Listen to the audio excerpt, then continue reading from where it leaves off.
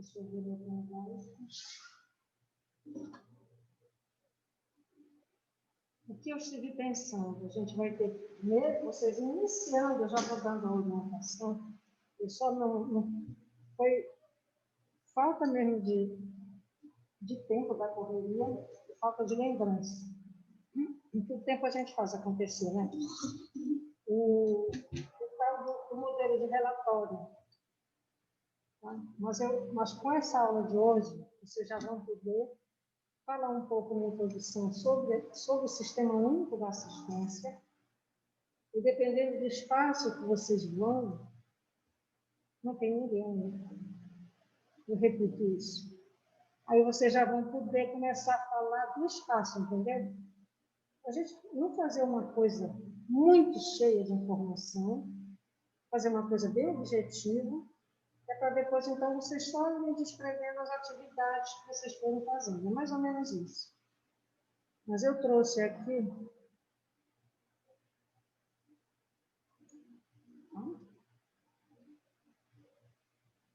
participantes. Ainda não tem ninguém, né?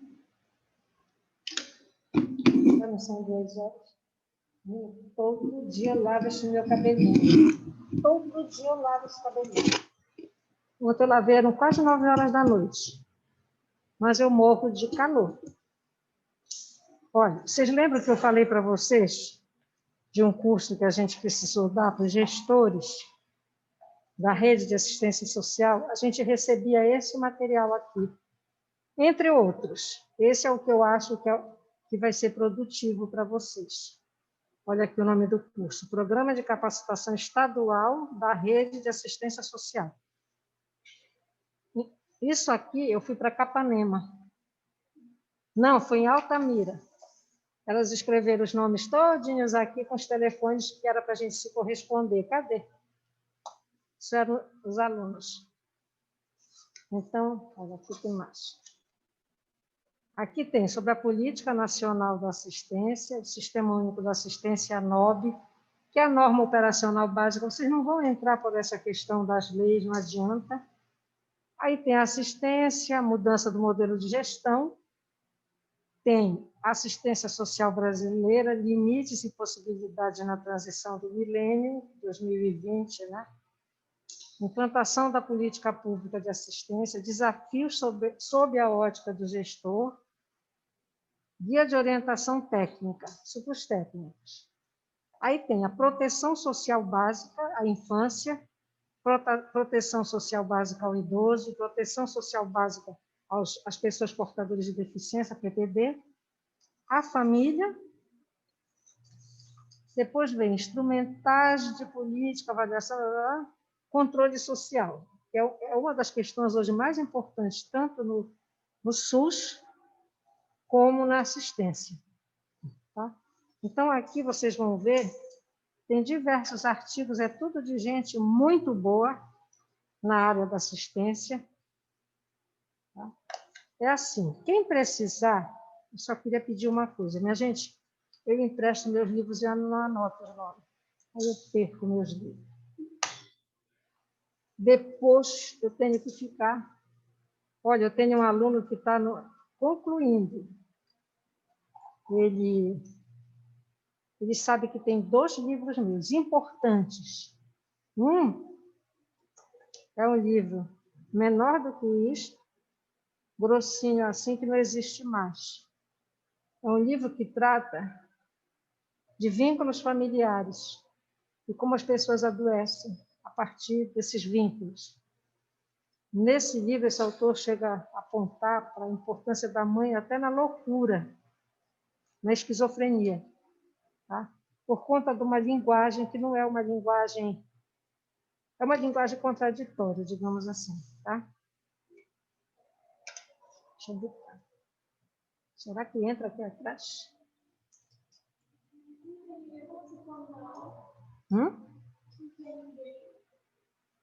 Não tem ninguém. Onde é que eu abro esse negócio?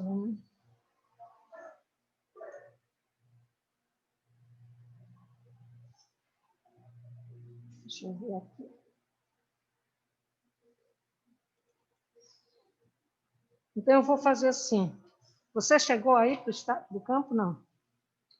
Você chegou aí para campo? Não vou deixar atrás. Não vou. Quarta-feira foi interior. Quarta-feira? Eu não estava funcionando mesmo. Espera lá, fala de novo que está horrível. Foi dia do funcionário. Ah! Minha gente, aqui tem mais ou menos um negócio sobre isso, limites e desafios. Né? Esse aqui...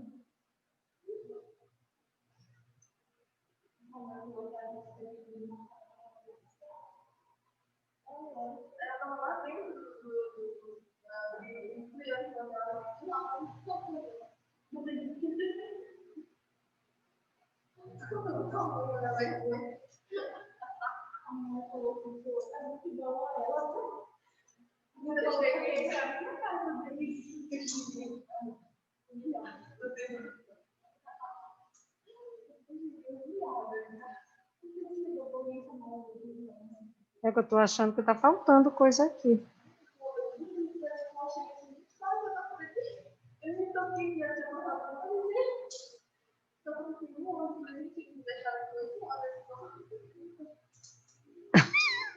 Vocês até já acham graça. É de achar graça mesmo. Eu fui na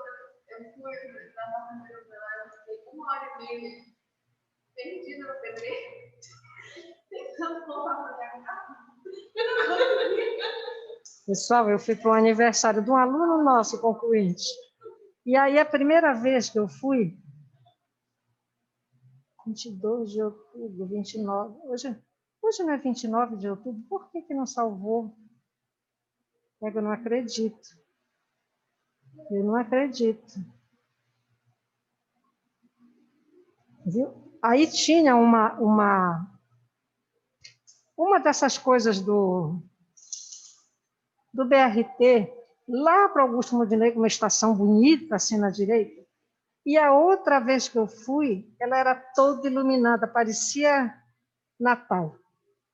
Aí eu saí sozinha da minha casa, eu moro bem aqui. Não tenho hábito de muito para lá sozinha. E fui, devagar. Esperando encontrar a tal estação do BRT iluminada. Quem disse que eu achei? Minha filha, entrei numa rua que me disseram que era para ali, fiquei morrendo de medo. E pior, eu tinha sonhado na noite anterior que eu estava dentro do carro e que um homem entrava no carro e me sequestrava, levava o carro comigo e a minha filha. Quando eu me vi naquela ruazinha estreita, só dava para passar um carro. Aí eu dei uma ré, parei na frente de um muro de um conjunto e fiquei lá sossegadinha. Aí eu baixei o coisa para quando vinha a carro não dar luz e ver que tinha gente. Me deu um medo. Olha, eu ainda voltei, saí, tentei voltar, não encontrei. Pois o bandido do meu aluno não disse que a tal da estação estava desligada, estava fechada, não funcionava. E eu tinha como ponto de referência essa estação. Ah, mas eu fiquei com muita raiva. Deixa eu ver se eu botei na outra. Não vai abrir aqui. Não. E essa cópia não vai abrir. Não é essa. Para que eu fiz isso? Vamos lá, a gente vai até onde der. Então, vejam só. A gente está... Mas, meu Deus do céu. Ainda hoje de manhã eu complementei. Então, o artigo é esse que eu falei para vocês. O que é o Sistema Único da Assistência Social? Só que eu tenho que diminuir, senão ninguém vai me... Eu não vou ver ninguém entrar, né?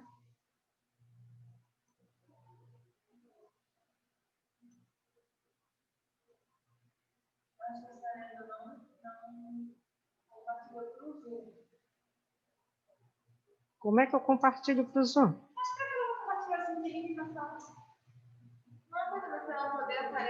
É, para poder ver. Onde é que compartilha para o Zoom? Onde? Eu abro a aula primeiro? Não.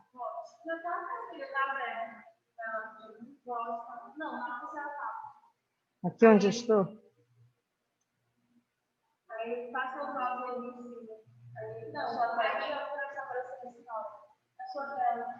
Menina, Como assinar, como assinar, bora lá um instante, que eu mexo. Aqui.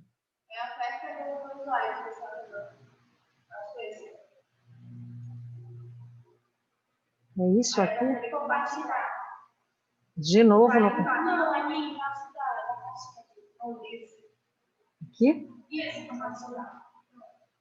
Ótimo. Obrigada. Vocês estão vendo como eu ensino, vocês aprendem, vocês ensinam, eu aprendo, mas só que eu não quero aprender isso. Então, veja só. Ele trata da gestão das ações na área da assistência social organizada. Tudo isso eu fiz hoje, eu não sei onde foi parar. De forma descentralizada e participativa. Isso é importante que a gente destaque, tá? Essa forma descentralizada e participativa. Por quê? Vocês vão ver pela história como é que a coisa acontecia historicamente. Então, esse artigo se propõe a apresentar as configurações históricas do sistema de proteção social no Brasil, desde a crise do capital até o reconhecimento da assistência enquanto política social. Apresenta também o contexto histórico da formação da assistência e traz, no final, ele vai trazer o resumo de um dos programas ofertados pela política de assistência.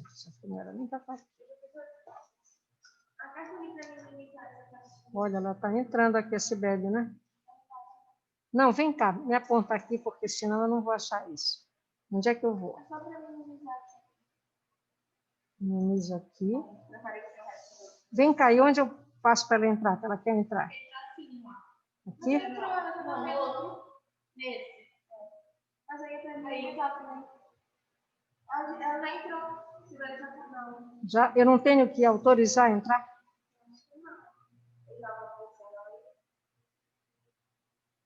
Aqui nesse azul, o que é?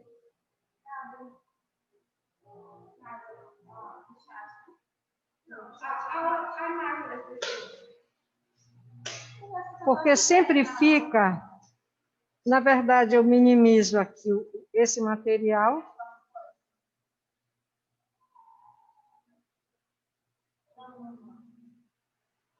Participantes aqui. Entrou. Como é que eu autorizo para ela entrar? Já está autorizado? Já está dentro? Ave Maria. Tá? Então, ele também traz um resumo, só que ele só traz o resumo do programa do CRAS, tá? Aliás, do Bolsa Família. Ele vai trazer, no final do artigo, ele traz um resumo. Cadê?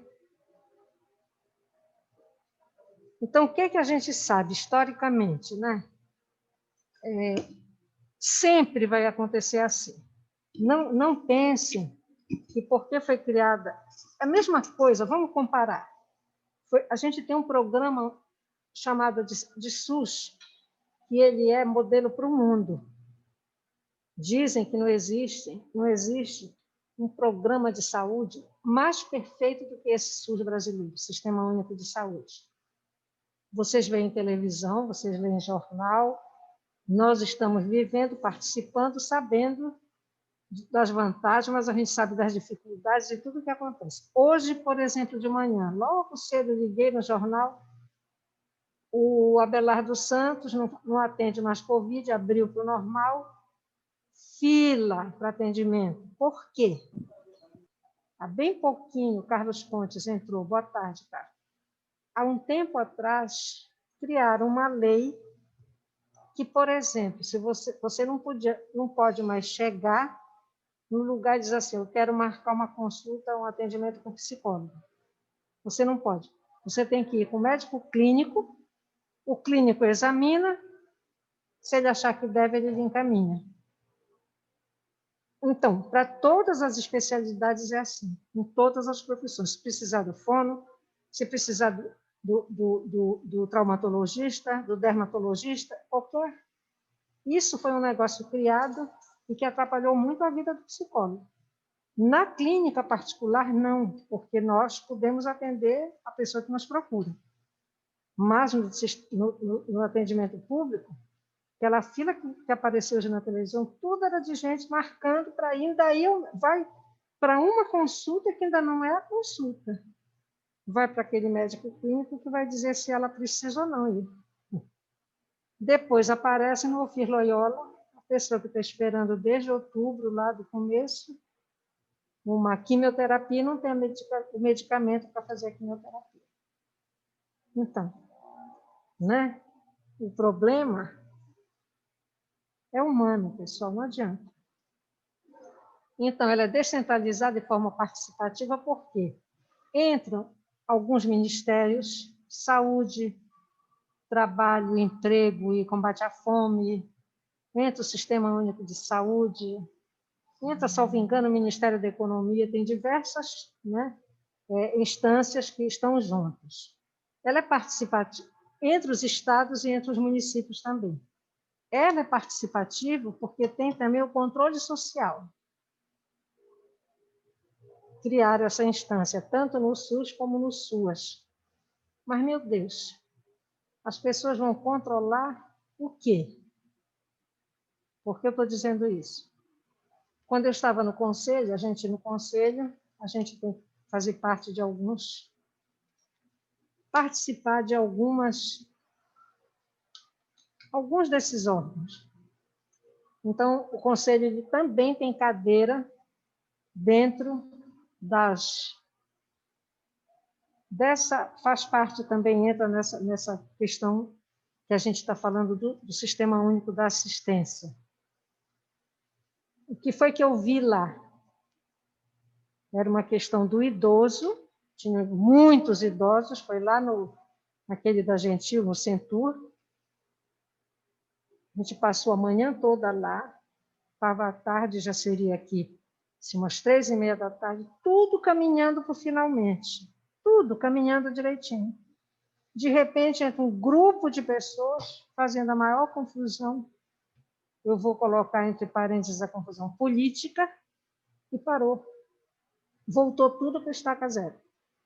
Quer dizer, pegam aquelas pessoas que vêm dos seus bairros, representando a sua comunidade, representando um centro comunitário, geralmente, e aí a política entra, a má política, né? E atrapalha tudo. Então, é tudo isso.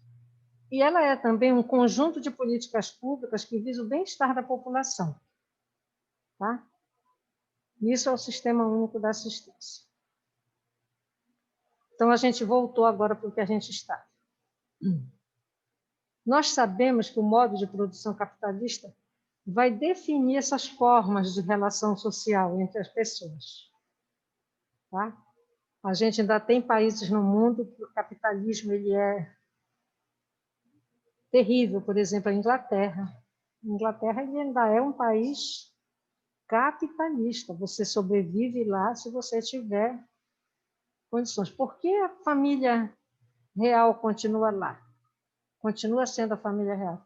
Porque a família real ela detém muitos bens no nome dela, por conta de toda a história, todo o percurso histórico.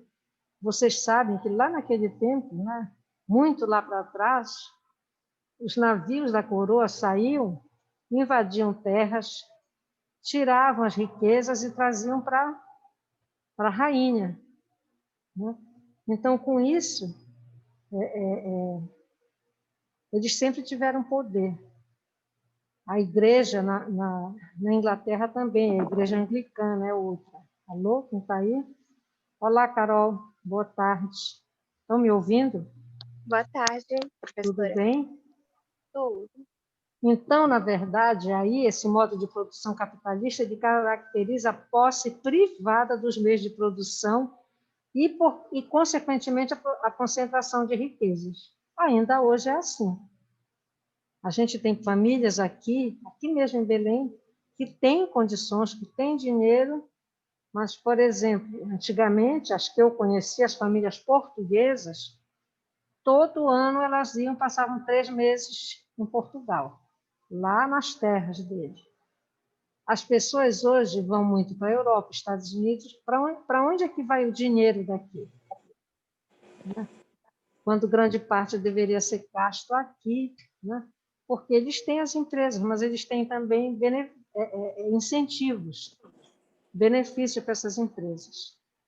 Então, ocorre também, nesse modo de produção capitalista, a exploração e a alienação daqueles que não possuem os meios de produção. Vocês já viram psicologia social. Vocês viram muito bem o que é que o Marx fala sobre isso. O modelo mais clássico que se tem é das fábricas, digamos, de carne. Fabricam aquelas maravilhas, mas é assim. Uma empresa fabrica o guidão, outra fabrica o motor, outra fabrica o pneu, outra fabrica o capô, outra os bancos, e vai para a montadora. Então, aquele funcionário, ele nem conhece aquilo que ele está fabricando, porque ele fica sendo fabricado em partes. Né? Isso é que eles chamam de alienação também. A pessoa não tem, né? Vai ver por meio de foto, ou já na rua depois, o produto final. Ele só entende daquela parte que coube a ele trabalhar, fabricar. Esse é o modo de produção capitalista. Tá? Então, a prática assistencialista, que foi desenvolvida desde lá no início do mundo, ela primeiramente foi desenvolvida pela Igreja Católica. Tá? Então, como é que ela trabalhava?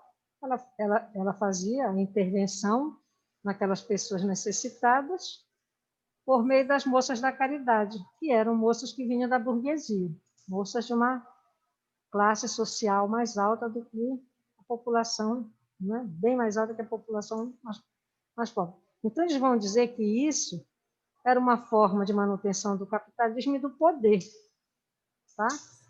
Pautada na base do favor, do clientelismo, com ações pontuais, só priorizava ali algumas pessoas e era pouco efetivo. Então, é com a Constituição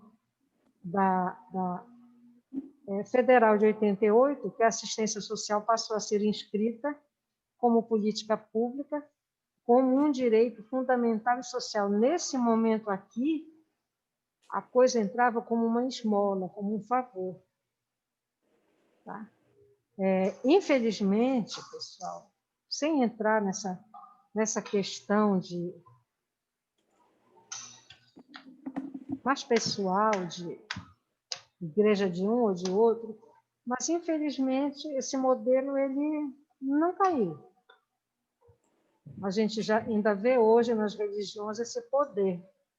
Sempre tem os que estão acima, que vivem muito bem, e os outros que são... Né? Inclusive, usam até, por exemplo, nas igrejas evangélicas, usam um nome interessante, que são os obreiros, que são realmente os trabalhadores. São os que contribuem, né? Os que pagam, enfim, embora para pagar o dízimo todo mundo tenha que pagar. Tá? O calor está demais. Então, no artigo 194 da Constituição Federal, a Seguridade Social é definida como um conjunto integrado de ações de iniciativa dos poderes públicos e da sociedade, destinadas a assegurar os direitos relativos à saúde, à previdência e à assistência social. Agora mesmo a gente está vendo, foi essa semana, foi uma grande...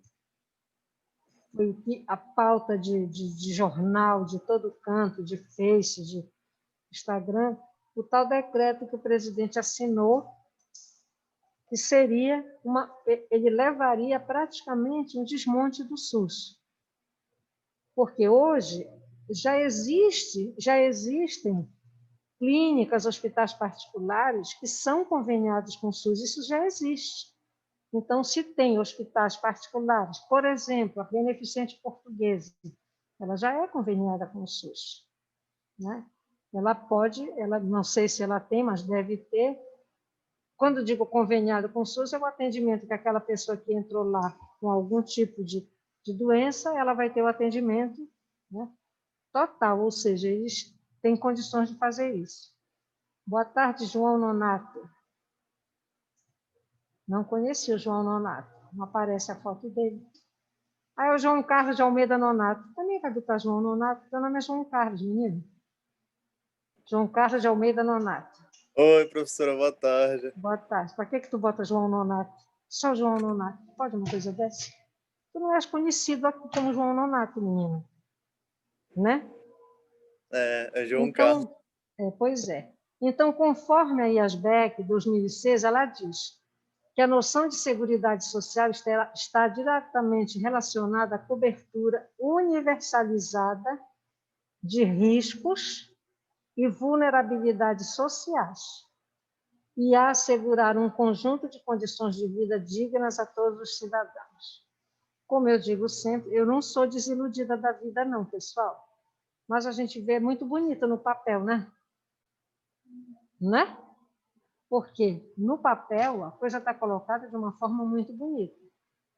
Vocês viram. Alguém mais já começou o estágio essa semana? Eu estou com 2 alunas aqui que já foram. Uma chegou no local, era dia do feriado do funcionário público, e a outra dava lá que estava fechado. Ou seja, eu vou ter que ligar para a Raquel para saber o que é que está havendo. Né? Então, a cobertura universalizada de riscos.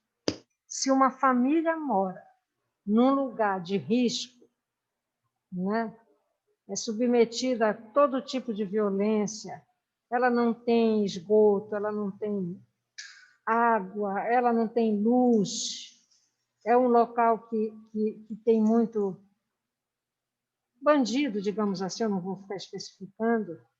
Tudo isso, o Sistema Único, a assistência precisa dar conta. Tá? Porque essas pessoas estão, como eles chamam, em vulnerabilidade social.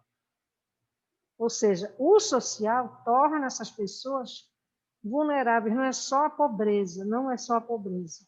É tudo que acompanha, né, todos os riscos daqui, né, que acompanha aquele espaço onde aquela pessoa vive. É o pai, às vezes é uma avó, é a mãe, é crianças, enfim, estão todos submetidos a riscos, ou seja, são pessoas muito vulneráveis. Então, nós não podemos olhar para essa turma que está por aí. Eu vejo, eu não sei se vocês veem, mas eu, geralmente, final da tarde, se eu estou em casa, eu dou uma sentadinha e boto lá e eu quero ver mesmo, porque é uma coisa que me chama muita atenção. A gente está vendo, atualmente, meninos novos, muito jovens, já traficando. Né? Se a gente for... Aí a gente vê a polícia pega, parece que é o maior bandido do mundo. Se a gente for ver, o local que aquela pessoa mora, vive, é um local de extremo risco. Né? Como ela não vai ser amiga, falar com o vizinho que é traficante ou com o filho do vizinho? Não tem como fugir disso. Não tem como fugir disso. Tá? Então, promover a cobertura universalizada de riscos, né, e vulnerabilidades sociais e assegurar um conjunto de condições de vida dignas a todos os cidadãos. Eu acho que seria o sonho de todos nós brasileiros, porque a coisa, na verdade, o tempo passa e não melhora, não muda. Vocês estão vendo agora, a gente está em plena campanha eleitoral. Todos que vêm dizendo que vão fazer isso, aquilo outro. Quando eles saem, a gente vê que eles somem. Aí, quando eles vêm criticando os que passaram. Aí a gente não vê um programa ser mantido. Não, porque o que vem, ele quer botar o programa dele, o que ele quer criar. Né? Enfim, se vê coisas de todo tipo. Então, o Sistema Único, a assistência é integrante do Sistema de Seguridade Social no Brasil, juntamente com as políticas de previdência social e de saúde. Então, o que eu estou querendo dizer é que a assistência, tá, ela está dentro, a Previdência faz parte também desse programa da assistência. Tá? Mas o sistema de seguridade social envolve outras questões além da Previdência. Envolve políticas públicas ligadas à saúde, ligadas à educação, ligadas à família, ao trabalho, enfim, à moradia, né? Às vezes a pessoa até já mora, mas mora em condições terríveis. Então, vê a condição de habitação. O que é que um sistema de habitação no Brasil pode fazer para melhorar aquilo lá? Só que ainda hoje, até mesmo na população carente, eles ainda veem como uma prática assistencialista. Tem uma pessoa que eu conheço que ela está sendo candidata no Piauí, em Parnaíba, vereadora. A criatura é menor do que eu acho que a metade de mim, ela está magrinha demais, mas está lá, andando. É uma pessoa muito séria, que eu acho que vai se decepcionar com política, eu acho. Não é? Só um instante. Ainda não saiu esse resultado. Então, ela estava dizendo, hoje ela fez um post no Face, ela dizendo que eles ainda querem, olha, eu voto, mas eu estou precisando de umas tábuas para consertar minha casa. Ainda existe isso, o voto ser uma moeda de troca, infelizmente. Né? Então, alguns a entendem como uma prática assistencialista de auxílio aos pobres e daqueles também que estão alijados, excluídos do mercado de trabalho. E não é. O objetivo, na verdade, maior é colocar para a população que não é uma prática assistencialista, pelo contrário, é um direito. Assim como a gente tem direito, qualquer pessoa tem direito, e não é o direito ele não vem porque a pessoa é pobre só, não. O direito vem porque é uma pessoa idosa, o direito vem porque ela é criança, porque não pensem que a infelicidade ou a falta de dignidade ela só está ligada à pobreza, não. Tem mulheres que apanham dos seus companheiros, maridos, e que pertencem a uma classe muito alta. Ontem mesmo voltou à mídia o caso de uma morte de uma pessoa aqui, que eram pessoas conhecidíssimas, socialmente falando. Estou mexendo de novo agora, apareceu a foto dela, a reportagem, eu não vou citar nomes aqui porque não cabe, claro, né? Mas essas questões de vulnerabilidade, tem crianças que estão em famílias de classe alta, que não têm dificuldade financeira e que sofrem. Vocês veem hoje essa questão do estupro, que acontece dentro das famílias. A criança é submetida à violência sexual, violência de toda a ordem. Então, não vamos também sacrificar as pessoas que vivem com mais dificuldade, como se elas têm dificuldade e não têm dignidade, absolutamente. Isso já seria preconceito, né? A mesma coisa com o idoso. Qualquer idoso tem direito ao respeito. Eu tenho direito, porque eu sou uma pessoa idosa. Né? E eu trabalho, eu tenho a minha casa, né? Eu tenho meu carro que eu vou e venho com muita facilidade para onde eu quero, de onde eu quero, mas também me devem respeito. Assim como eu devo respeito, né, a qualquer pessoa. Então, a gente precisa abolir essa concepção de que é um programa que cria leis, cria regras, cria normas para apenas determinadas pessoas. Não. Claro que a pessoa pode não estar numa situação de vulnerabilidade social, tipo passando fome, morando debaixo da ponte, mas ela pode estar num outro tipo de vulnerabilidade social. É ligada à violência e dentro de quatro paredes ninguém sabe. Historicamente está aí. A criança que é submetida à violência sexual, a grande maioria é dentro das suas casas, seja pobre ou rico. A responsabilidade de vocês nesses espaços que vocês vão é enorme. Vocês não vão definir o que tem que ser feito. A definição vem de quem estiver lá no local chefiando. Às vezes a pessoa é mais aberta, conversa, explica, gosta de escutar, gosta de... E às vezes não. Agora, não é por isso que vocês vão sair de lá decepcionados. Ah, aquilo é horroroso, não. Vocês têm que ver lá o que acontece, o que vocês sabem que não é correto e o que vocês sabem que vocês não deverão fazer mais tarde. Ali é uma lição, não só para vocês aprenderem como lidar com o outro, mas vocês vão ver também, vão lidar com o usuário, vocês vão lidar com o responsável, com o psicólogo, com o fisioterapeuta. E vocês estão vendo naquela relação também o que vocês não devem fazer. Eu acho que esse que é a grande lição desses espaços, né? É isso que eu falo. Geralmente, a gente tem alunos que vêm muito mobilizados.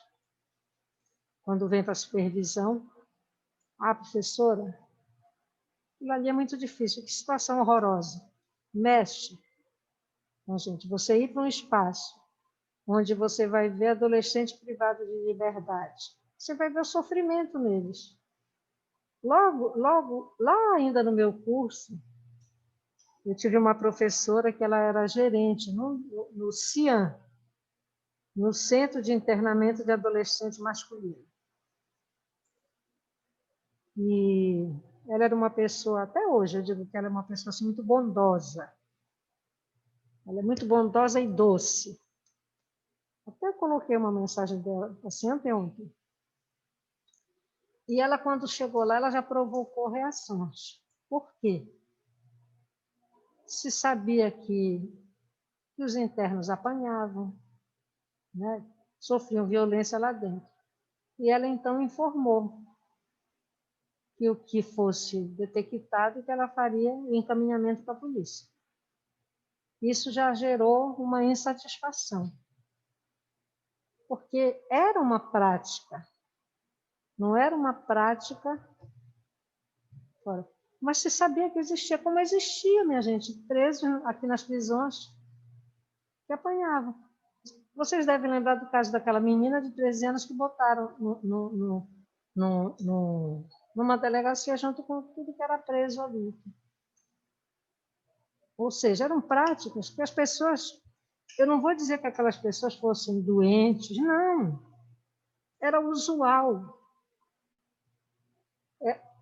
Uma pessoa que fosse flagrada cometendo algum ato ilícito, era como se não tivesse classificação, merecia aquilo. E não é quem julga, é a justiça, né? Cabe, tem instâncias para tudo. A polícia prende, encaminha, faz os procedimentos, encaminha para o juiz, quem decide é o juiz. Mas, infelizmente, nem sempre é assim. Tá?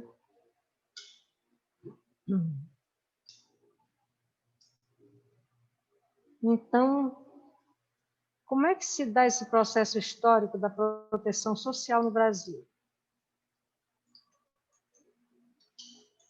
O serviço social no Brasil, ele surge nos meados do século XX. Olha como é tão novinho, né? Muito novo, 70 anos, por aí, 80 anos no máximo. E nós temos que agradecer a Deus todo dia pelo serviço social na vida do psicólogo. Ele surge ainda dentro dessas raízes cristãs do assistencialismo, que estava na mão da Igreja Católica, da burguesia que detinha o poder e controle da sociedade. Vocês não viram essa reportagem da chama embaixadora. Eu aprendi como embaixatriz, mas hoje só chama embaixadora, eu não sei, eu acho que os dois termos das Filipinas batendo na empregada da casa dela. Vocês não chegaram a ver na televisão? Menina, ela pegava a criatura assim pela orelha e ia torcendo que a criatura ia caindo. Algum funcionário muito esperto deve ter colocado alguma câmerazinha no lugar e filmou. Aí botaram logo, eu não lembro se foi no Fantástico ou se foi naquele da Record do domingo. Olha, sabe o que fez o país dela? Chamou rapidinho para ir de volta para lá. Ou seja, a gente ainda tem hoje no mundo, nós temos no Brasil, instituições, né, que é como se isso fosse o correto. Ou seja, trabalha para mim, eu posso tudo. Não é assim. Eu acho que esse momento de pandemia, não sei o que vocês pensam disso, eu acho que esse momento de pandemia, ele está trazendo muita reflexão, né, para as pessoas de boa vontade, está prejudicando muita gente, porque tem muita gente sofrendo, não está sendo fácil. Eu não sei o que é que vai sair daí. Honestamente, eu não sei o que vai sair daí, mas vamos ver. Então, é na década de 30 que o serviço social se institucionaliza e se legitima como um dos recursos mobilizados pelo Estado.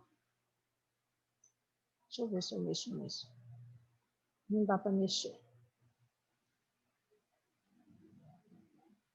E pelo empresariado brasileiro, com o suporte da Igreja Católica na perspectiva de enfrentamento e regulação. Essa palavra regulação aqui, minha gente, é que dói na alma. Ou seja, ainda detinham o poder, embora já estivesse surgindo o serviço social.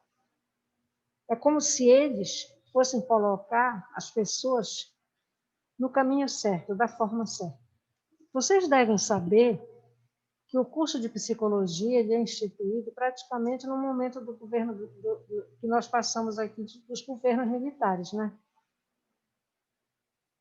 Eu não lembro agora o nome, foi o Garrasta Azul, foi o Médici?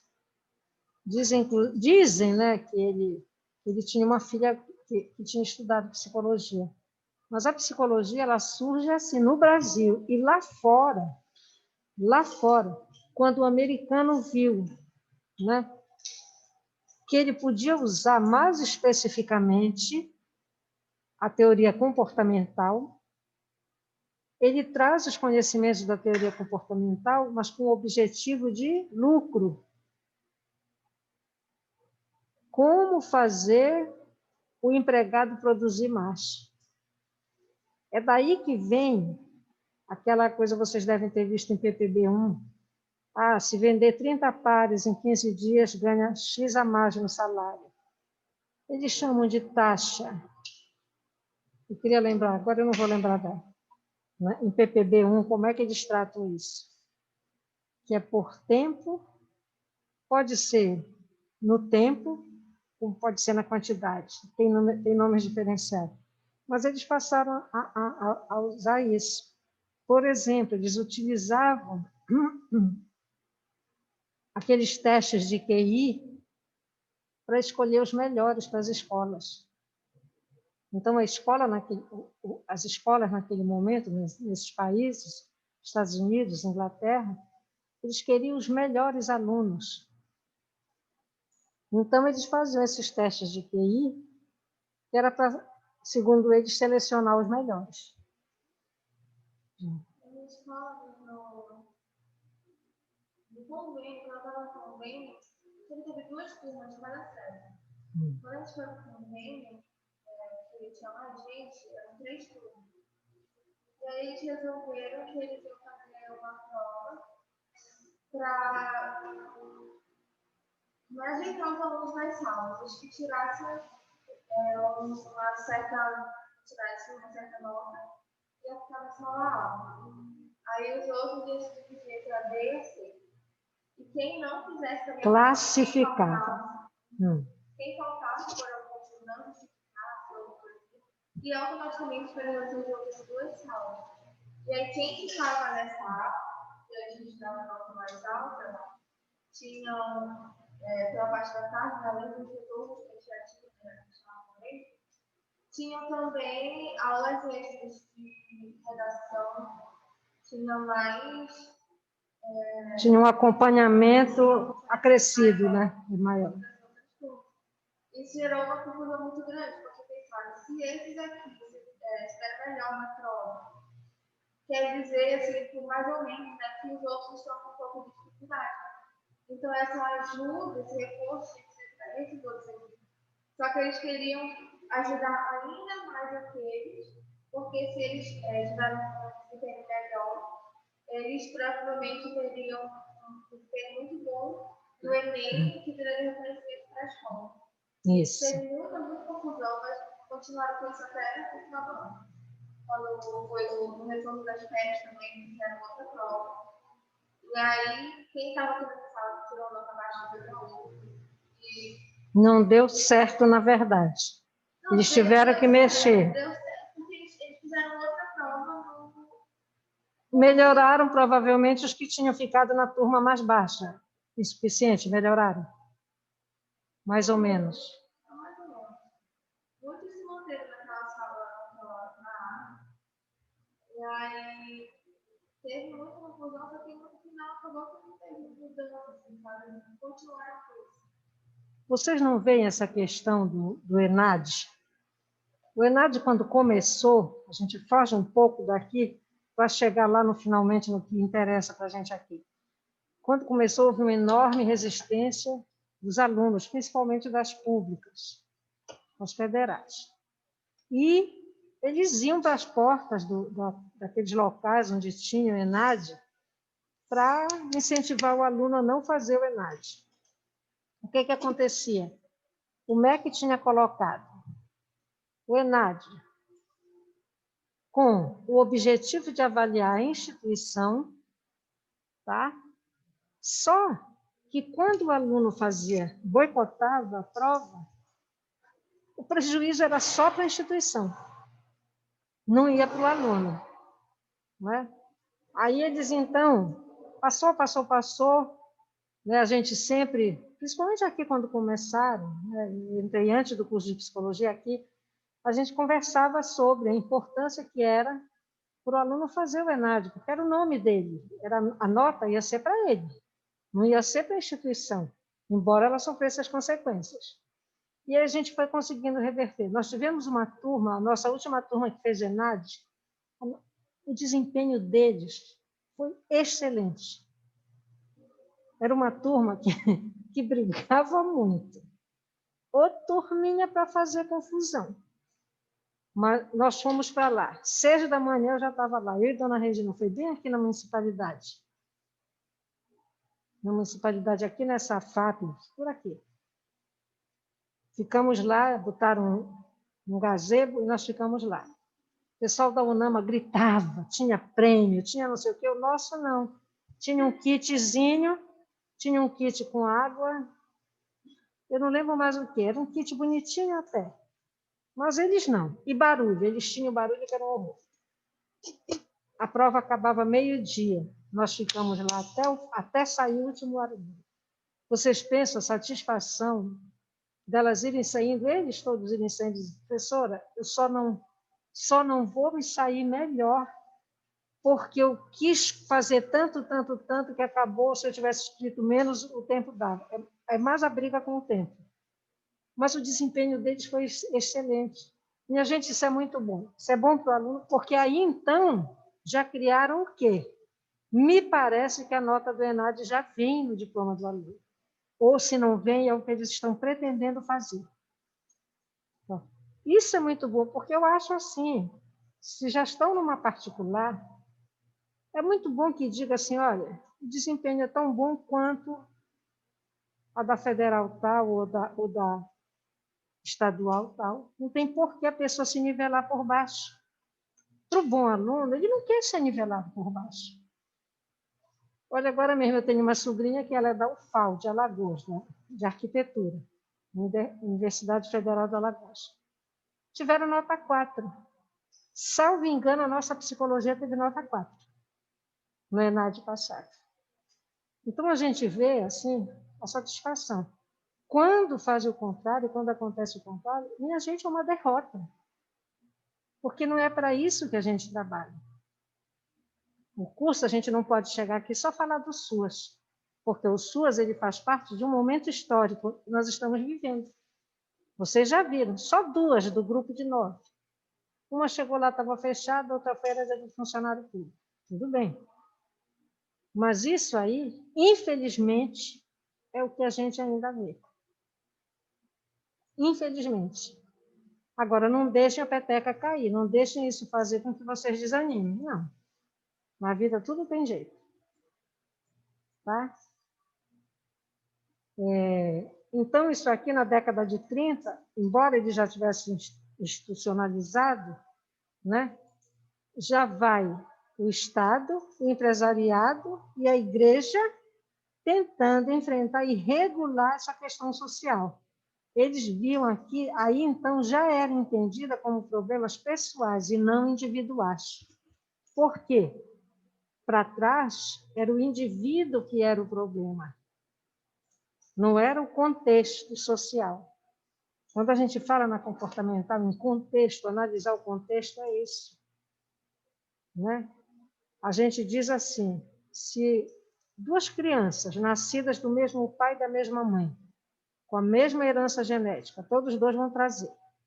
Um for criado na Suíça e o outro for criado no Xingu, não vai ter diferenças entre essas crianças? Então, é o contexto. Provavelmente, o da Suíça, com mais possibilidade, vai ser uma pessoa que tem perspectiva de vida melhores. E o outro que está lá, sabe lá em que local do Xingu, não vai ter perspectiva. E até pode acontecer, como eu já vi,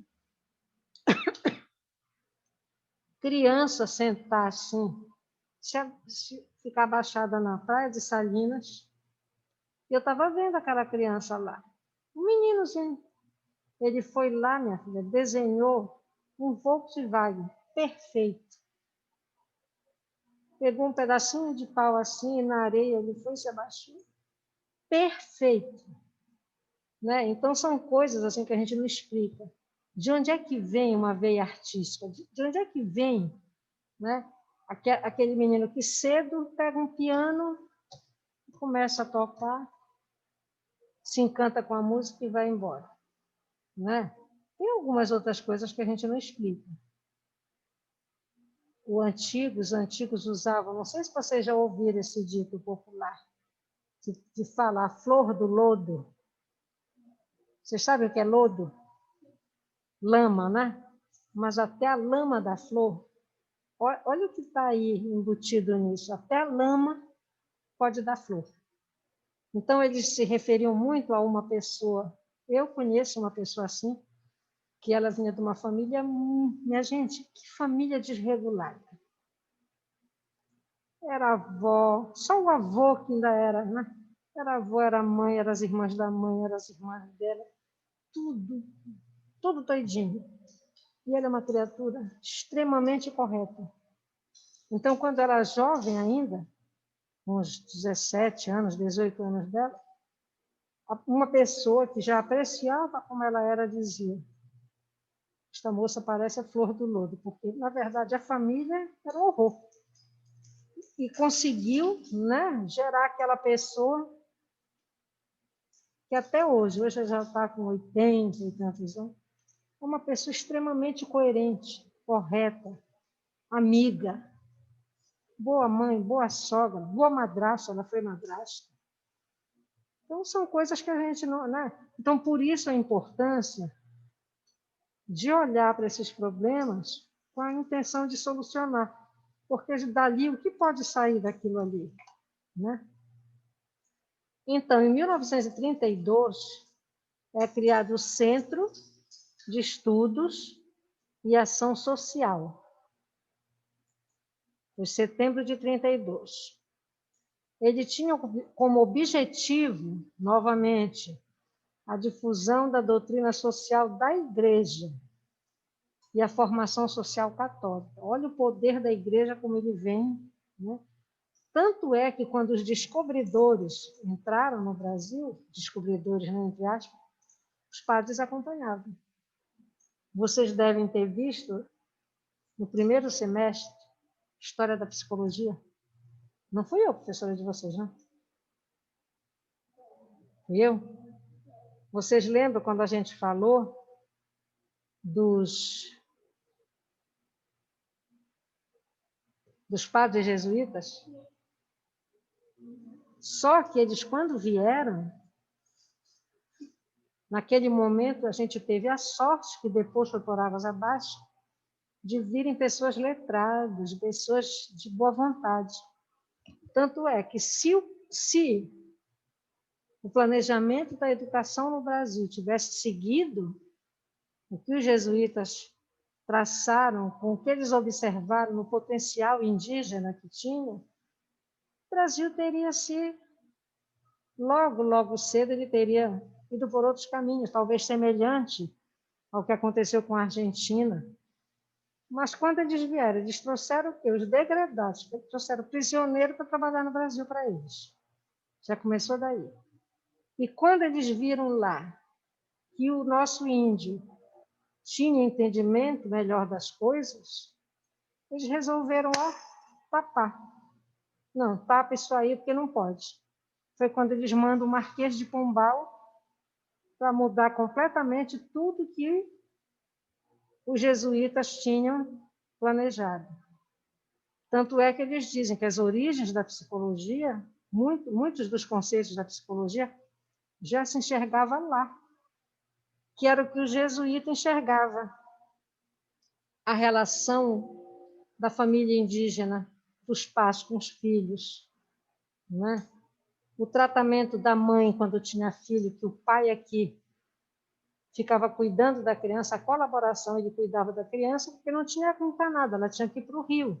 Então, ela tanto lavava roupa como fazia higiene, ou seja, esses cuidados que não eram de selvagem, eram de pessoas que tinham conhecimento. O conhecimento deles, mas era um conhecimento correto. Tudo isso se perdeu no Brasil. Né? E quem contribuiu foi mesmo. Eu sou católica, pessoal, mas foi a Igreja Católica. Tá? Então, eles criaram a Escola de Serviço Social em fevereiro de 1936. Na verdade, aqui, eles já diziam que a intervenção do Estado já visava enfrentar as pessoas da questão social. Mas vejam só, quando descobriram o Brasil, que trouxeram esses prisioneiros todo o Brasil, ia dar o quê? Até hoje, nas guerras, olha, uma vez eu fui ao Rio de Janeiro, e ainda tem, eu acho, um ônibus que a gente, no próprio aeroporto do Galeão, a gente pode pegar o ônibus e ele passa, faz um percurso, e a gente ia até onde a gente precisava ir. E nós íamos para um casamento em Vila Velha, em Vitória, Espírito Santo. Só que o avião parava e o outro só saía, chegava de manhã e o outro só saía tipo 4 da tarde. E nós resolvemos, eu e minha filha, pegar o ônibus para ir até Ipanema, na feira hippie da Praça General Osório. Lá a gente almoçou e a gente voltou para o aeroporto perto do avião sair. Quando nós pegamos esse ônibus, entraram vários turistas. Entre eles, entrou um japonês, minha gente, moreno. Olha, eu acho que até hoje eu nunca vi um homem tão bonito como aquele. Todas as pessoas se voltavam para olhar. Ele tinha os olhos, só que ele não era branco. Cabelo preto, como o do japonês, mas moreno. Mas que homem bonito! E chamou a atenção de todo mundo. E aí depois, então, a gente conversando, aí então foi que, não lembro onde, foi falado. No tempo da guerra, também, quando o americano entrou no Japão, ele também aprontou. E deixou lá, acabou deixando descendentes. E dão, inclusive, um nome que eu não lembro agora, mas dão um nome para essas pessoas. Ou seja, aquele lá devia ser um neto da guerra, provavelmente. Porque do jeito que ele era, não era para ter, não é da raça dele. Né?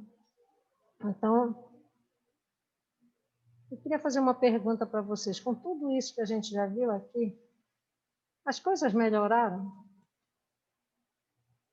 de lá para cá? Na verdade, o Sistema Único ele vai mesmo ser instituído, né, na Constituição de 88, e ele é entendido como um enorme avanço no âmbito das políticas sociais, onde apresenta a assistência social enquanto política pública, compondo o tripé da Seguridade Social.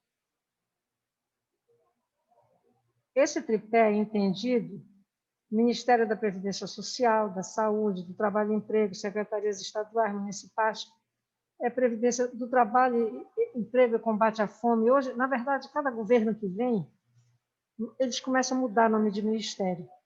Então, sempre isso tem que atualizar, embora esse artigo seja recente, esse que a gente está vendo. Tá? Então, vai abrir espaço para a participação da sociedade civil através dos conselhos, né, no controle social. O que são esses conselhos? Conselhos que trata da questão do idoso, a questão da mulher, a questão da criança, da infância como um todo, da família. Então, as pessoas que moram muito na periferia, elas se organizam. Elas têm esse conhecimento. Às vezes, têm mais conhecimento do que uma pessoa que está na academia. Que faz parte do dia a dia. Eles vão tratar da vida deles, das questões do cotidiano deles. Eles, às vezes, têm mais quem fale por eles do que nós que moramos em outro lugar melhor. E a gente não tem para quem falar. Não tem para quem se queixar.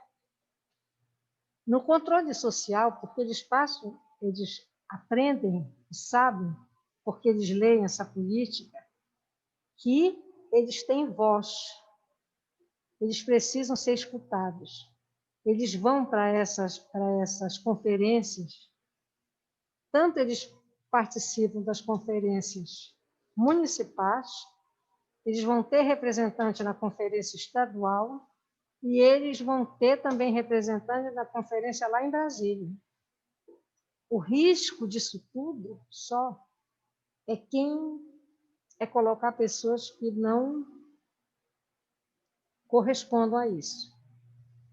Olha agora, com toda essa pandemia, os políticos estão fazendo comício, o povo todo sem máscara. E aí? Né, Luciana Rebelo, como é que fica? Se a criatura não sabe que existe uma lei que está escrito que não pode fazer determinadas coisas. Mas, olha, nós não vamos longe aqui mesmo. Eu lembro que no primeiro dia que abriu, na primeira semana que abriu para as aulas de laboratório, de trás, que tinha que se cumprir, porque 15 de setembro entrou primeiro para as aulas de laboratório que estavam atrasadas. Tem aquelas 4 cadeiras, né? A recomendação foi que não sentasse onde tinha o X vermelho, só sentasse nas pontas. Vocês pensam que adiantou? Tinha pessoas sentadas, 3 em 2 cadeiras, sem a máscara e com o celular assim, as 3 olhando. Se a gente vai falar, ainda é antipática, não é bem vista. E, na verdade, nem o seu Vlad, que tinha orientação para informar, nem ele podia. Porque a gente não sabe como é que a pessoa vai reagir. Porque saber, sabe. Estão sabendo. Eu soube agora. Diga. Quem falou? João Carlos. Diga. Não, eu não falei não, foi que eu Falou? desativei aqui o negócio. Ah, tá. Eu tô com problema de conexão. Eu soube agora mesmo, que hoje a beneficente fechou. Agora à tarde. Não recebi ainda, eu sabia que estava fechado até 30 de novembro que eu fui informada. Mas eu soube agora que, inclusive, acompanhante de pacientes estão apertando. Então, aí o que é importante? Não é importante só as pessoas reunirem, discutirem, reclamarem. Não, é preciso que se crie políticas públicas para fazer isso. Então, quando a gente fala em políticas públicas, abrange tudo. Eu tenho que criar políticas com estrutura para dar conta de toda essa situação que está aí fora. Né? Então, no Brasil, as coisas acontecem muito devagar. E quando acontecem, nem sempre são cumpridas. Vocês devem ver por aí, a gente tem um monte, olha agora mesmo, não sei quem foi a criatura lá em Brasília que queria propor um plebiscito para mudar a Constituição. O nosso problema não é de Constituição mal feita. O nosso problema é de cumprimento do que está escrito. É cumprimento de lei. Foi o que eu disse para um aluno, acabei de dizer há pouco. Eu disse, eu não entendo. A chefe de turma de vocês pegou o parecer de crédito dela, né? Ela foi à secretaria aqui. Tem aluno que ia saber, diz que lá na São Pedro, sobre o curso de psicologia. Eu disse, eu nunca disse que era na São Pedro. O curso funciona aqui, a coordenação funciona aqui, a secretaria daqui. Né? Então, tem situações que as pessoas até sabem. Aí foi o que eu falei para eles, eu disse, olha, eu só não tenho pouca idade, pelo contrário, já tenho até muito, só isso. Mas eu sou responsável, eu não me atraso. Eu cumpro meu horário até mais, porque eu gosto de estar aqui, eu posso. Só tenho lá em casa o Gael me esperando. É o meu gatinho. Mas se eu quiser ficar aqui, se eu quisesse ficar até as 10h30 da noite, eu ficava hoje. Mas é que não dá, cansa, né? Mas eu disse para ele, olha, vocês reclamam de uma coisa, vocês não deram entrada nos documentos. E aí? Será que eu já tenho bola de cristal? Não tenho. Mas vieram entregar num horário que eu pensava que não iam me encontrar. Eu marquei para virem no final da tarde, antes da aula, e vieram entregar quando eu entro, que eu olho, estavam lá os dois, 1h da tarde. Eu vinha cedo porque eu não queria ficar correndo. Então, esse que é aí que está, é dentro disso que estão os deveres dos políticos. É eles escutarem a população, escutar esses conselhos de classe, organizado está. Mas quando chega no finalmente, a coisa não acontece. Por quê? Cada um quer ser o pai daquele filho. Partido, eles não sabem se juntar para definir o que é melhor para as pessoas. Não, cada um quer ter o seu nome. Vocês veem o que é essa campanha? É só apontando o erro passado. Todo mundo fez errado. Eu até estava repensando, será que eu vou votar? Voto, não voto? Eu não preciso mais votar. Mas eu acho que eu tenho que votar. Acho que eu ainda vou. É porque é tão pertinho de casa. Tá? Então, o objetivo das políticas públicas é garantir o direito ao bem-estar, amparo e justiça social a todos os cidadãos. Vejam só, a todos os cidadãos. Não está dizendo que classe A, B, C, D, E tem direito, F, G, H, sei lá o que, não tem. É de todos os cidadãos. Bem, já falei muito. Agora eu quero, assim, que a gente comece a pensar, porque o tempo voa, né? Estando dentro, estando no campo ou não, todos vão ter que fazer o relatório. Que a gente não tem prova, a gente avalia, né, por esse relatório. Não sei se tem aí, se está aqui assistindo, algum aluno que vai para a clínica de psicologia. Eu quero informar que a gente não está fazendo isso para quebrar um galho nem dar um jeito. Eu quero informar que isso já se adota desde a primeira turma que formou pela EJAMAS. Nós, na clínica de psicologia, a gente atende a comunidade na nossa clínica escola. A nossa clínica escola não cobra taxa nenhuma para atender quem procura. Nada. Não adota cobrança de nenhuma espécie. Então, como nós só tivemos 9 vagas, e houve um número muito grande de desistência para aulas práticas, e para estágio também, nós ficamos com um número de alunos que nós mandamos para a FUNPAPA e outro número, mais ou menos equivalente, que vai para a clínica. Nós temos um projeto lá que, quando começou com os alunos de 6º semestre. Então, na vida, vocês não pensem que a gente só está visando o que é para vocês, não. A gente já está visando a continuidade do projeto. Por quê? Os alunos que forem para lá, a professora Amanda que vai passar as coordenadas, mas serão esses alunos que vão dar continuidade, tanto no projeto de triagem como no plantão psicológico, porque vocês veem, a maioria dos nossos alunos está no 8º semestre, que participam desses projetos. Então, daqui a pouco, eles estão saindo. A gente não pode ficar todo o tempo só com aqueles. Por exemplo, uma das alunas ótimas, excelentes do 8º semestre, conseguiu um estágio remunerado.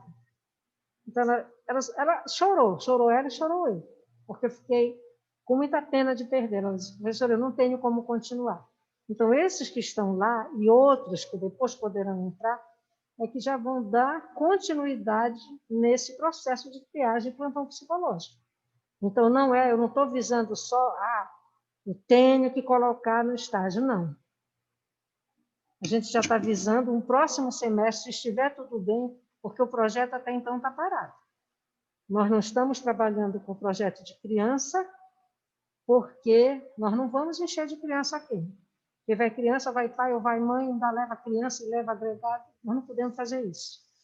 Nós vamos ficar ali dentro com mais de 20 pessoas. Não tem como fazer. Então, hoje, aliás, ontem, seria a reunião com esse grupo. Que a Amanda, a psicóloga Amanda, lá, que é a técnica da clínica, chamou os que vão permanecer, porque vai ser uma coisa feita em conjunto. É assim que nós começamos lá. Esse processo de triagem e de plantão psicológico terá um aluno que já faz parte, que já faz parte do projeto, e o aluno que está entrando. Então, é feito junto. Essa entrada. É como se fosse, vai ver algum material e vai haver o treino. Primeiro eu assisto, depois tem a supervisão, a discussão de qualquer situação, para a pessoa já ir atentando, porque dali é que vão sair os possíveis clientes da clínica. Quando é criança era feito 3 grupos de criança, a gente já esvaziava a fila, porque houve um momento que a gente tinha uma fila grande de criança. Então, não necessariamente o problema era com a criança. Eu acho que geralmente o problema são os pais e a família. Geralmente. Tá?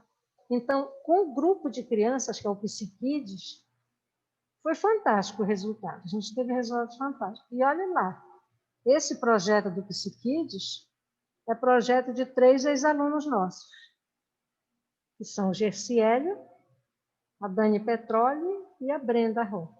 Essa que é a Brenda C. São eles 3. Então, vai ser dividido. Como o marido da psicóloga Amanda teve um problema de saúde essa semana, ela me avisou que ia suspender a reunião de ontem, salvo engano. Tá? Então, a gente parou. Bem, sobre o trabalho. O que é que eu gostaria de pedir para vocês inicialmente? Que vocês comecem a escrever, e eu vou fazer assim, pessoal. que vocês comecem a escrever sobre o Sistema Único da Assistência Social. Vocês podem trazer o histórico, tá? Fala sobre ele, e quem já estiver entrando nesses espaços já pode, após a introdução, começar a falar do espaço que está. No espaço, o que tem que ver? O local, a que se destina, o que é creche, a saúde da família, o que é que se destina, quais são os técnicos que compõem. Tem psicólogo, tem fisioterapeuta, tem terapeuta ocupacional, tem assistente social, tá? Então, nós já vamos armando devagarinho o relatório. Não vamos deixar para fazer isso lá em cima, tá certo?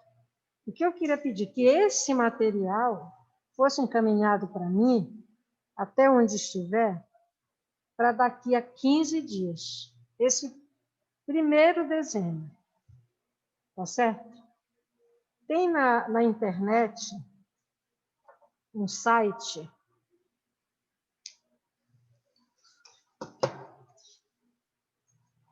Cadê você?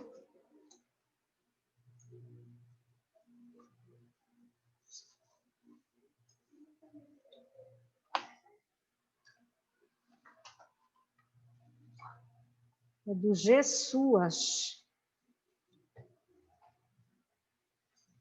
Estou até aqui com a lista de vocês. É do GSUAS.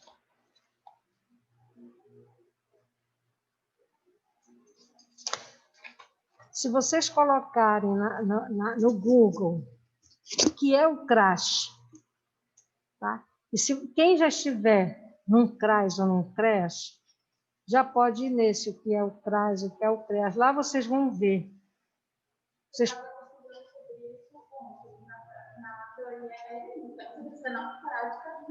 Sei. Isso. Tem...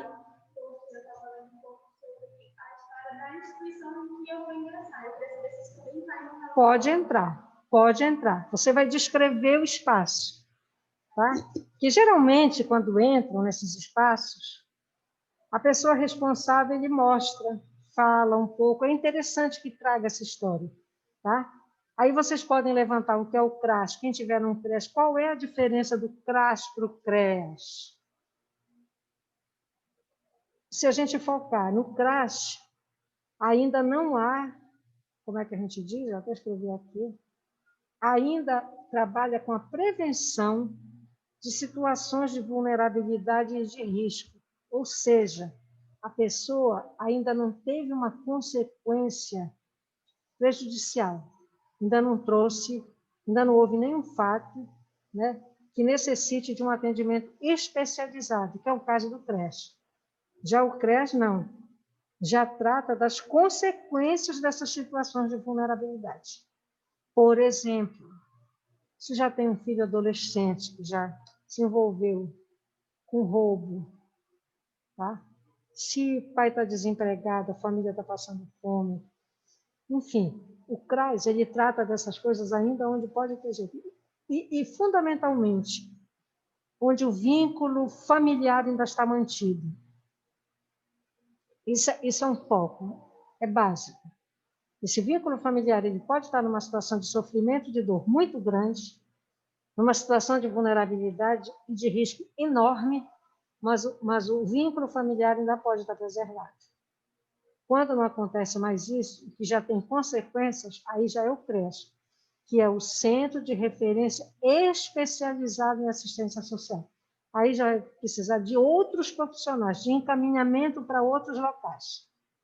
Essa que é a grande diferença. O CRAS não. É da assistência básica, que ainda pode ter jeito. E o CREAS já tem que fazer os devidos encaminhamentos. Por isso que vocês vão ouvir assim, vocês vão ler, que o trabalho se dá em redes. Quem trabalha num local desse precisa conhecer a política todinha, saber as possibilidades, o que tem disponibilizado, porque dependendo da situação, precisa encaminhar. tem situações que o idoso já está correndo risco. O idoso já foi agredido naquela família, então esse idoso tem que ser retirado. Para onde é que ele vai? O idoso tem uma grande diferença, é que raramente ele volta para a família. Porque ele não tem como se defender. Raramente o idoso volta para a família quando a justiça define que ele tem que ser retirado daquela família. Entendeu? Então, por isso que se diz que o CRAS lida com situações de baixa complexidade e o CREAS com situações de média e de alta complexidade. Porque tudo vai depender da situação. Vocês não vão encontrar, vocês podem ter uma atuação muito bonita, colaborativa, fantástica lá dentro. Eu já ouvi uma vez da outra funcionária da FUNPAPA, não era a Raquel tinha saído para a TBB. Eu não lembro do nome da outra funcionária. Ela disse para mim assim, professora, os nossos técnicos adoram os alunos do ESAMAS. Toda vez eles perguntam, cadê os alunos da ESAMAS? Porque vocês têm que ir com aquela coisa mesmo da humanização. Não é do assistencialismo. Fica tirando dinheiro do ônibus, olha, eu vou pagar seu ônibus. Isso não é isso. Vocês têm que estar de olho no que é possível para melhorar aquela vida. Entendeu? E assim, então, então essa descrição. Descrição. Vocês vão colocar as competências e especificidades dos CRAs e dos CREAs, os tipos de proteção social ofertados por essas instâncias, tudo isso, porque vocês vão ver que dentro disso vocês vão ver um Bolsa Família, um benefício de prestação continuada, entendeu? Então, dentro de cada um deles tem outras possibilidades. Eu não sei se você vai querer fotografar isso aqui. Tira a foto. Que já é pro. Então, todos vão. Ela está caindo de madeira. Então, todos, viu, pessoal, que está aí me escutando, que eu não estou vendo? Todos vão começar o relatório. E daqui a 15 dias me mandem como estiver. Porque aí vocês vão aprendendo, vejam só, que TCC não é para ser feito em um mês. Se vocês forem, é como se eu passasse uma atividade para vocês de casa. E nós podemos, inclusive, logo combinar que esse envio, dentro dessas datas, é que vai somar os 3 pontos com mais 7 do relatório. Tá bom assim? Porque eu acho que não sobrecarrega ninguém. E quem estiver, por exemplo, em CRAS, se quiser, se bem que nós não temos hoje dupla, porque tem semestres que ficam 2 alunos, às vezes um fica de manhã, outro fica à tarde. No mesmo local, seria uma possibilidade de fazer em dupla, a não ser que estivessem em CRAs distintas, mas aí ia dar problema na descrição do espaço. Vai ter que ser individual mesmo. Tá? Então, a gente vai fazendo isso. E cumprindo essas datas, a gente já vai colocando lá para a pontuação dos 3 pontinhos. Tá bom? São 3h20 ainda. Dúvidas, pessoal?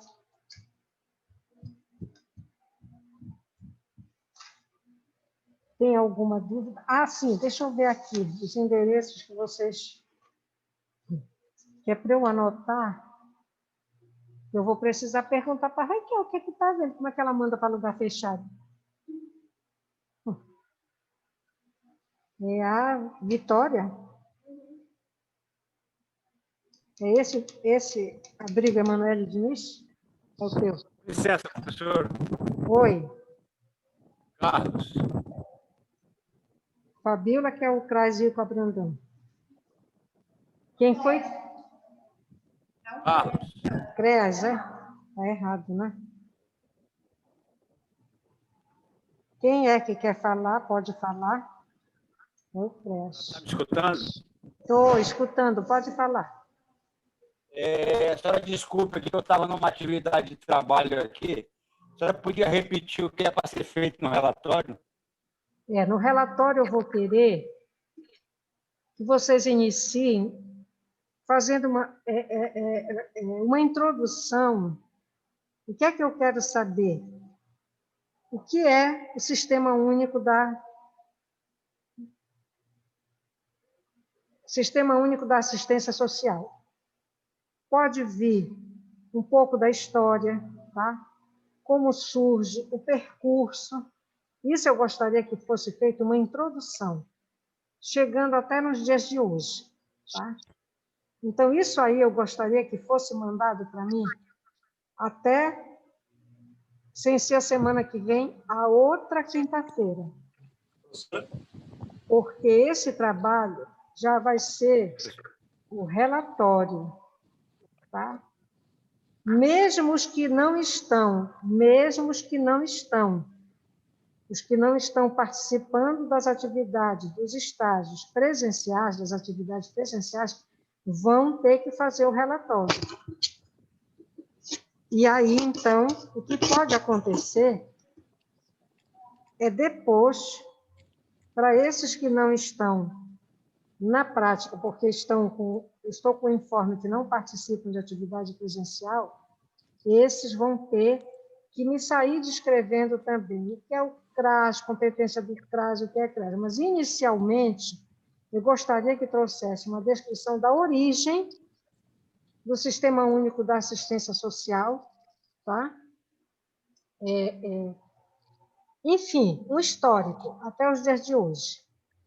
E depois, então, dos 15 dias, me mandando, aí eu já digo o que é que eu vou querer para os outros 15 dias. Para ver, minha gente, se no fim de novembro, Virgem Maria, a gente já está quase no dia 1º de novembro, segunda-feira já é dia 2, né? Mas aí, andando, começando, já vai apressando. Por quê? Para quem está no campo, o que é que vai ter que fazer? Agora, é para quem está em campo, para quem vai para trás, creche, centro-dia, enfim.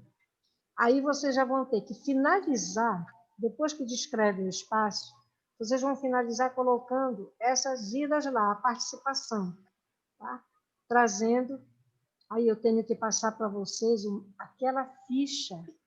Isso que eu perguntar agora. Hã? Isso que eu perguntar agora. Pois é, aquela ficha. Precisa levar a ficha. Mas eu vou entregar terça-feira, me procurem. Vocês estão presencial, né? Aí eu passo para vocês e qualquer coisa, conforme for, eu passo por e-mail, para quem não tiver vindo, que eu estou vendo que tem mais gente. Tá? Manda mensagem, me lembre. Quando eu digo me lembre, não é que eu me esqueça das coisas, não. É porque a gente vai podendo organizar, porque é um monte de coisa. Tá bom? Então, mesmo os que não estão em atividade presencial vão precisar fazer o relatório. Tá certo, o seu Carlos Pontes? Ok, professor, entendido. Obrigado. Entendido? Entendido. Tem um monte de gente que vai precisar fazer isso. Um monte de gente. Então, comecem a se comunicar quando vocês falarem, porque isso vai precisar chegar. Talvez, como não vão para campo, eu vou... Tá, é assim, fica assim por enquanto. Sabe quantos vocês são? 47. Eu vou conversar com as meninas aqui, uma conversa... Daqui a pouco eu vou encerrar, que eu vou precisar de uma conversa só com vocês. Eu queria combinar um negócio. Eu não gostaria de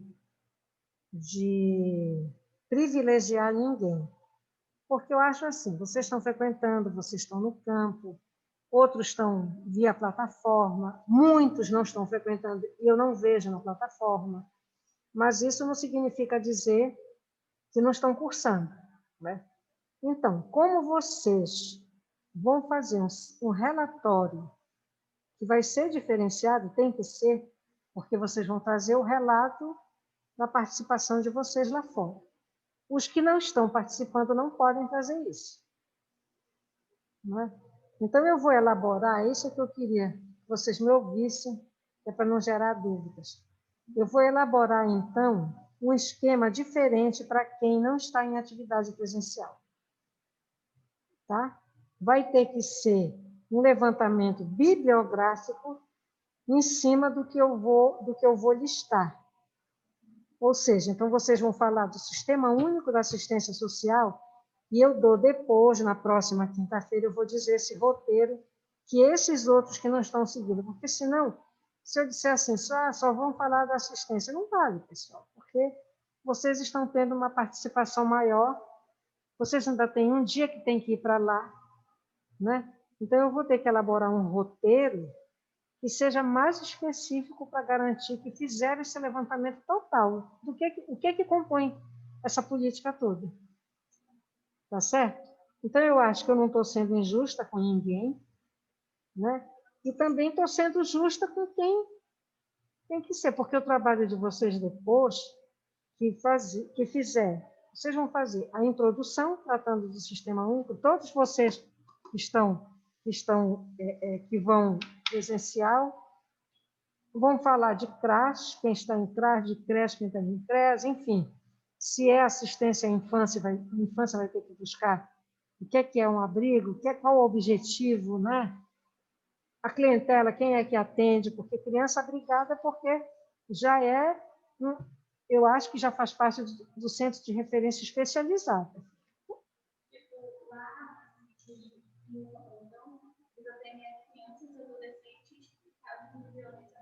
Bom, exatamente. Então, vocês já vão ter que colocar mais isso, né? Tem que fazer parte, explicar essas situações. E eles vão ter que ter esse mesmo trabalhinho, buscar, tá? Tá tudo certo? Então, minha gente, eu confesso para vocês, eu estou acabada de calor.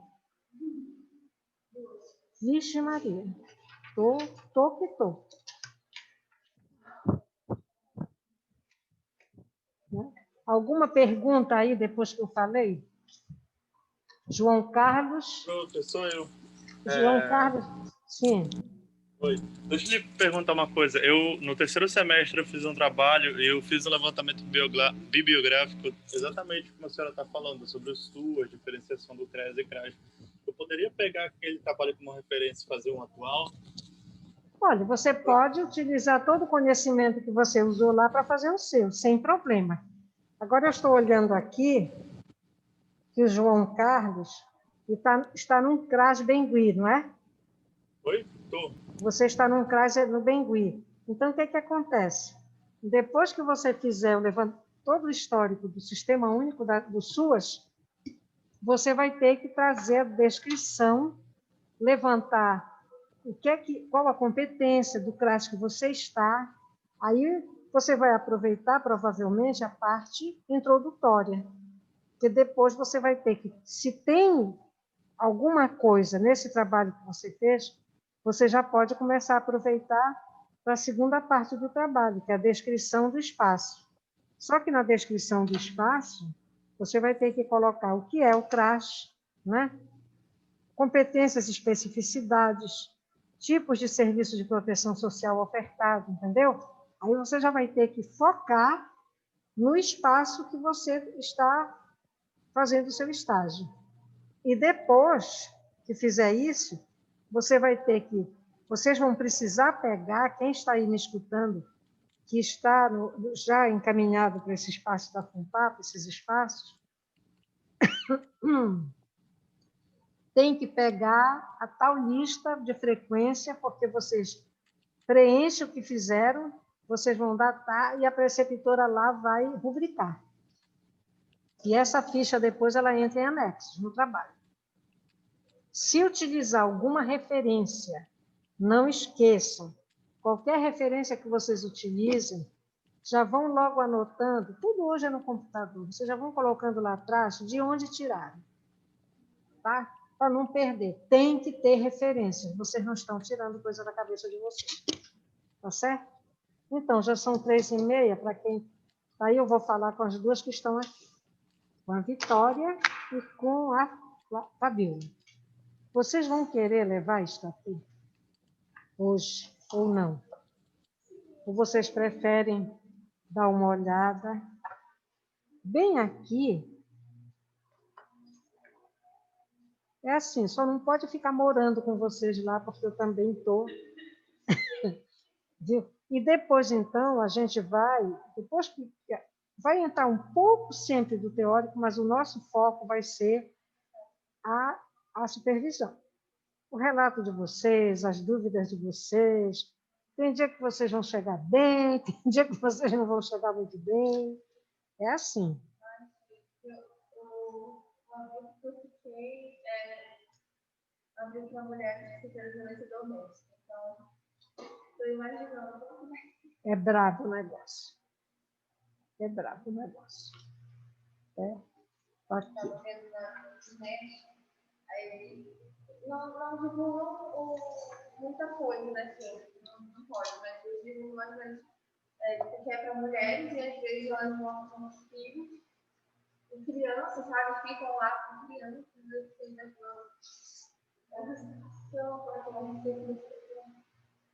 Aí a cabecinha começa a imaginar.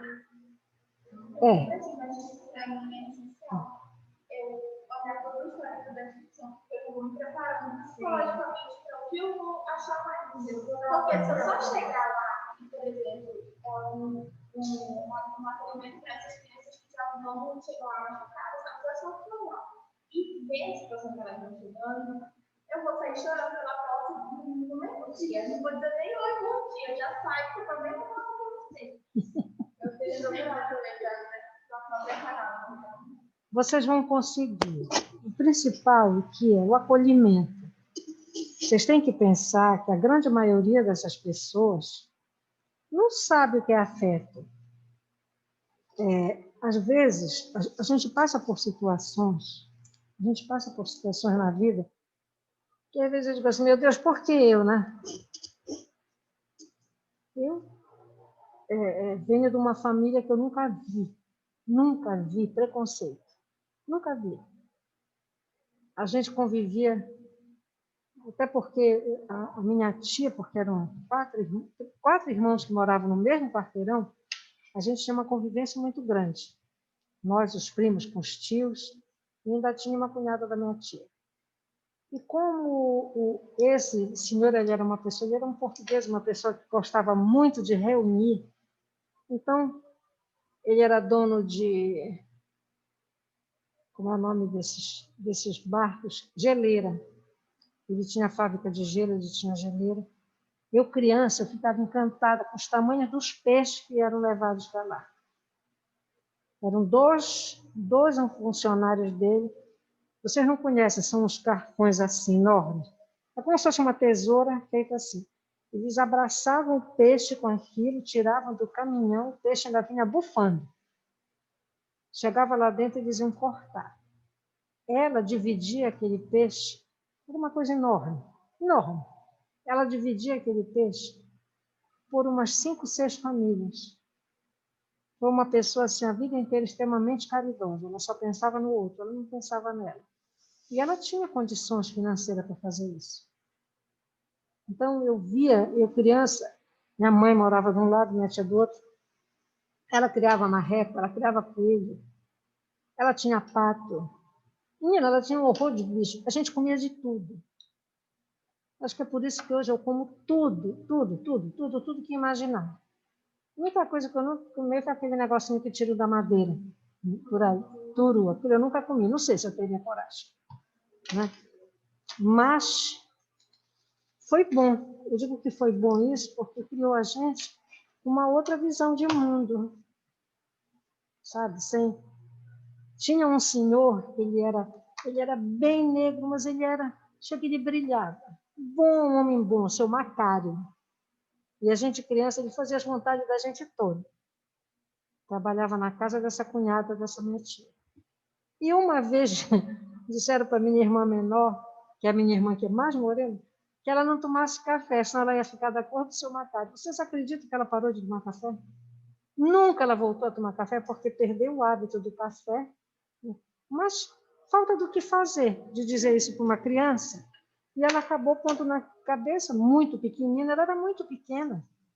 Eu acredito que a Lúcia tivesse ali uns 5 anos, né? Por aí. ela nunca mais na vida tomou café. Então, vocês vão ver, sim, essas situações que vocês nunca pensaram ver, que a gente só ouve falar. Vocês veem filme, novela, mulheres apaixonadas, mas vocês vão dar conta. Vão sair de lá um dia não tão bem, ninguém sai bem vendo essas coisas, principalmente quando envolve criança, né? Mas vocês vão conseguir. Agora é assim, se tiverem dificuldade, procurem falar logo. Se quiserem falar comigo, pode disponibilizar, não tem problema. Eu continuo aí, continuo o NAP funcionando. A gente sabe que o momento não é dos melhores. Quando a gente pensa que a coisa está melhor, parece que a coisa está pior, está piorando. Parece não, está piorando. Vocês vão lidar com outras questões mais graves, que são as perdas, os lutos. Provavelmente as condições de vida dessas pessoas fizeram com que esse vírus se espalhasse, estivesse muito mais perto deles do que de nós. Agora é o contrário. Agora está mais perto da classe média do que da classe carente.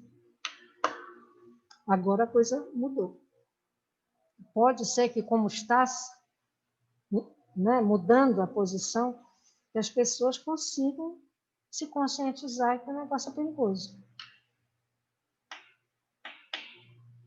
Mas, enfim, mas tem que passar por isso. Agora, vocês são as corajosas. Bem, pessoal, tchau para todos, tá? Até quinta. Lembrem que segunda-feira é feriado, amanhã ainda é sexta-feira, ainda tem aula. Tá bom? Boa tarde, pessoal. Olha, ei, tem gente aí? Ei, você aí? Boa tarde, professora. Boa tarde, Luciana. Ouviu tudo que eu falei, Luciana? Ouvi sim, eu só não pude falar antes. É uma pena que eu estou, se bem que tem até uma caixa aqui de som, mas eu confesso que eu não sei ligar essa caixa de som. Porque com a caixa de som, a gente pode escutar o que eles falam. Mas só tem, parece que... Eu não sei nem por que essa milagrosa está aqui, parece fantasma. Ah, ela pediu, com certeza, né?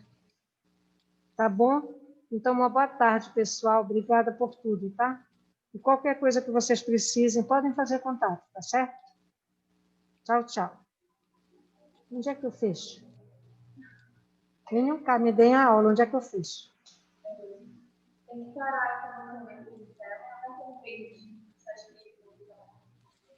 Não, interromper compartilhamento, lá no vermelho.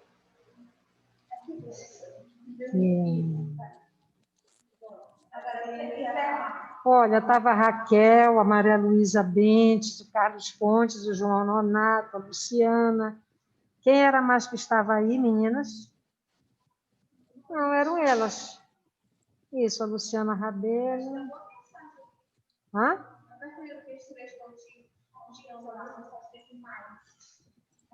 Vocês ficam sob controle de um, eu fico sob controle de outro.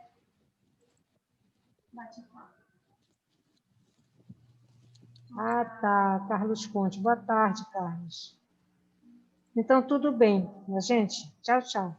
Eu vou encerrar, tá certo? Estou aqui pensando no chuveiro lá de casa. Um horror de quente. Ave Maria. Vai, pessoal. Boa noite. Até amanhã. Que horror. Olha, eu nunca senti calor como... Eu nunca senti